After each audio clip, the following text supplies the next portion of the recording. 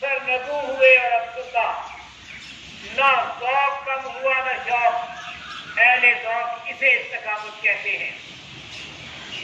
تاریخ آدم اور تاریخ اسلام کی تمام ناقابل فراموش داستانیں استقامت ہی کی داستانیں ہیں۔ اپنے قول سے ثابت قدم رہنا زندگی کی ایک داستان ہوتی ہے جو کبھی نہیں بھولتی، کبھی نہیں مکتی، آنے والی ہر داستان کا عنوان بن جاتی ہے۔ مدت گزری،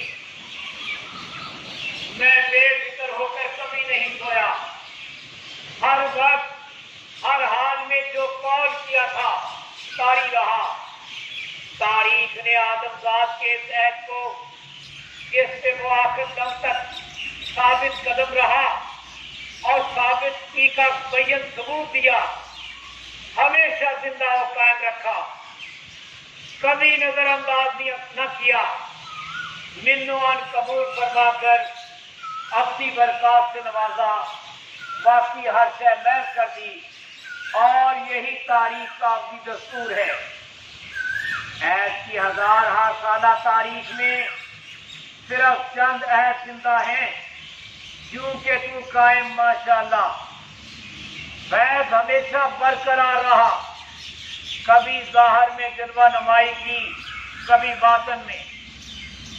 ہم نے وہاں صرف ایک وعدہ کیا تھا، تیرا شکر و احسان ہے کہ ہم اپنے اس وعدے پر ہر فن کارمند ہے۔ وہ وعدہ یہ تھا کہ جس دنیا کو آج ہم ہمیشہ ہمیشہ کے لیے خیر بات کہہ رہے ہیں، تیری قسم جب تک ہم تیری اس دنیا میں زندہ رہیں گے، اس دنیا کی کسی بھی چیز کو اور کسی بھی رنگ میں کبھی قبول نہ کریں گے۔ واللہ باللہ تاللہ 1364 ہجری جب وہ دنیا کے بازار میں سے گزرا، سارا بازار اٹھ کھڑا ہوا، اس کا پرتپاک استقبال کیا، بازار کی ہر شے لا کر اسے پیش کر دی، موتی پیش کیے، ہیرے پیش کیے، لال پیش کیے، گوہر پیش کیے۔ اس نے اخلاق کے دفتر میں قسم کھا کر کہا کہ اس نے کسی بھی چیز کی طرف مسلم نہیں دیکھا، اس کے دل میں اللہ کے سوا، اللہ کی قسم، کسی بھی شے کی کوئی طرف باقی نہ تھی۔ اس کا دل ہر شے سے خالی اور بالکل خالی تھا۔ جس طرح خالی ہاتھ بازار میں داخل ہوا تھا، اسی طرح خالی ہاتھ لوٹ گیا، اور یہ اس کے اللہ کا خاص انعام تھا، ورنہ دنیا کے بھرے بازار میں سے کبھی کوئی سلامت نہیں لوٹا۔ بڑے بڑے آدمی چھوٹی چھوٹی باتوں میں الجھے، اور اس بازار سے وہی بچ کر نکلا جسے اللہ نے بچایا۔ اس میں اس کا کوئی کمال نہیں، بالکل نہیں، مطلق نہیں۔ یہ جو کچھ بھی ہوا اللہ ہی کی توفیق و قدرت سے ہوا، اور اللہ ہی کے لیے ہوا۔ الحمدللہ، اور یہ ختم الکلام ہے۔ ماشاءاللہ، یا حی و یا قیوم، الحمدللہ حی القیوم، واللہ خیر الرازقین، واللہ ذو الفضل العظیم۔ بسم اللہ الرحمن الرحیم۔ اللہم صل علی سیدنا محمد۔ استغفر اللہ الذی لا الہ الا هو اللہم انی اسألک العفو والعافیۃ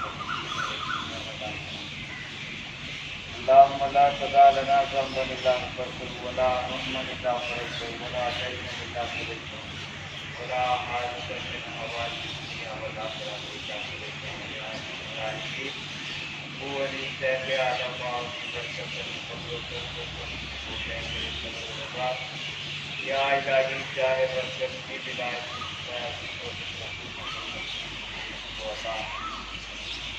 صلی اللہ تعالی علی محمد وسلم وآلہ وصحبہ